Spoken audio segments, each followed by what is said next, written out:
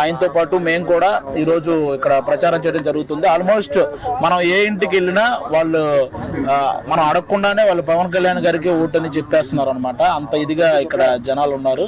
ఖచ్చితంగా పిఠాపురంలో పవన్ కళ్యాణ్ గారికి 1,00,000కి పైగా మెజారిటీ వస్తుంది. అందులో ఏ డౌట్ లేదు. అది June 4th ఆ రిజల్ట్ అందరూ చూడబోతున్నారు. ఆల్మోస్ట్ మేము ఈ మంత్ అయితే షూటింగ్స్ ఏం చేయట్లేదండి.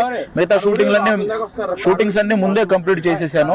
ఈ మంత్ ఓన్లీ పవన్ కళ్యాణ్ గారికి సపోర్ట్ గా ప్రచారం చేయటం, అలాగే ఆయన నిలబెట్టినటువంటి ఆ 21 మంది వాళ్ళ దగ్గరకు కూడా వెళ్ళి ఆ నియోజకవర్గాల్లో వాళ్ళకి సపోర్ట్ గా ప్రచారం చేయటం, ఇదే ఈ మంత్ అంతా. వన్స్ ఎలక్షన్ అయిపోయిన తర్వాతే మా షూటింగ్ కూడా అండి.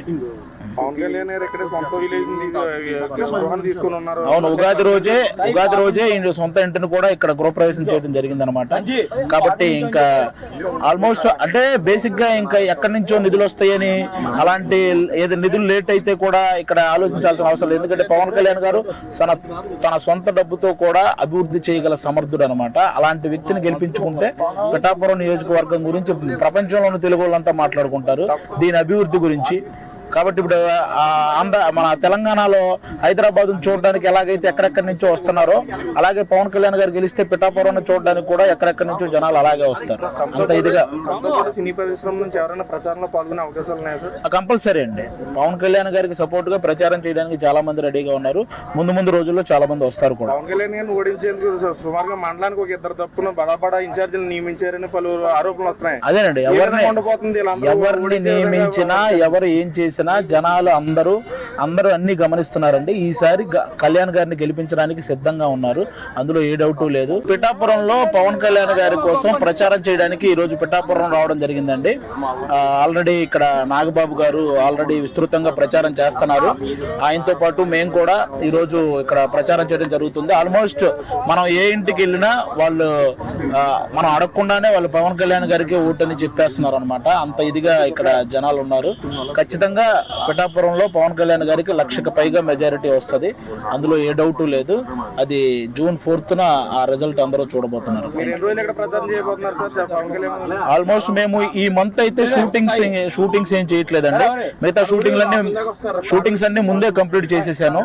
ఈ మంత్ ఓన్లీ పవన్ కళ్యాణ్ గారికి సపోర్ట్ గా ప్రచారం చేయటం, అలాగే ఆయన నిలబెట్టినటువంటి ఆ 21 మంది వాళ్ళ దగ్గరకు కూడా వెళ్ళి ఆ నియోజకవర్గాల్లో వాళ్ళకి సపోర్ట్ గా ప్రచారం చేయటం, ఇదే ఈ మంత్ అంతా. వన్స్ ఎలక్షన్ అయిపోయిన తర్వాతే మా షూటింగ్ కూడా అండి. అవును, ఉగాది రోజే సొంత ఇంటిని కూడా ఇక్కడ గృహప్రవేశం చేయడం జరిగింది అనమాట.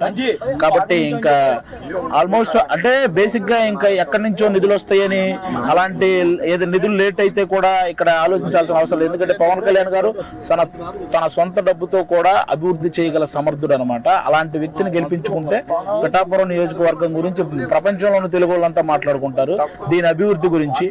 కాబట్టి ఇప్పుడు మన తెలంగాణలో హైదరాబాద్ చూడడానికి ఎలాగైతే ఎక్కడెక్కడి నుంచో వస్తున్నారో, అలాగే పవన్ కళ్యాణ్ గారు గెలిస్తే పిఠాపురం చూడడానికి కూడా ఎక్కడెక్కడి నుంచో జనాలు అలాగే వస్తారు.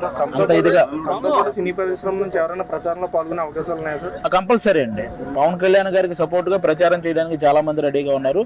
ముందు రోజుల్లో చాలా మంది వస్తారు కూడా. పవన్ కళ్యాణ్ గారిని ఓడించేందుకు సుమారుగా మండలానికి ఒక 2 తప్పున బడా ఇన్ఛార్జీలు నియమించారని పలు ఆరోపణలు వస్తున్నాయి. అదేనండి, ఎవరిని నియమించినా ఎవరు ఏం చేసినా జనాలు అందరూ అన్ని గమనిస్తున్నారండి. ఈసారి కళ్యాణ్ గారిని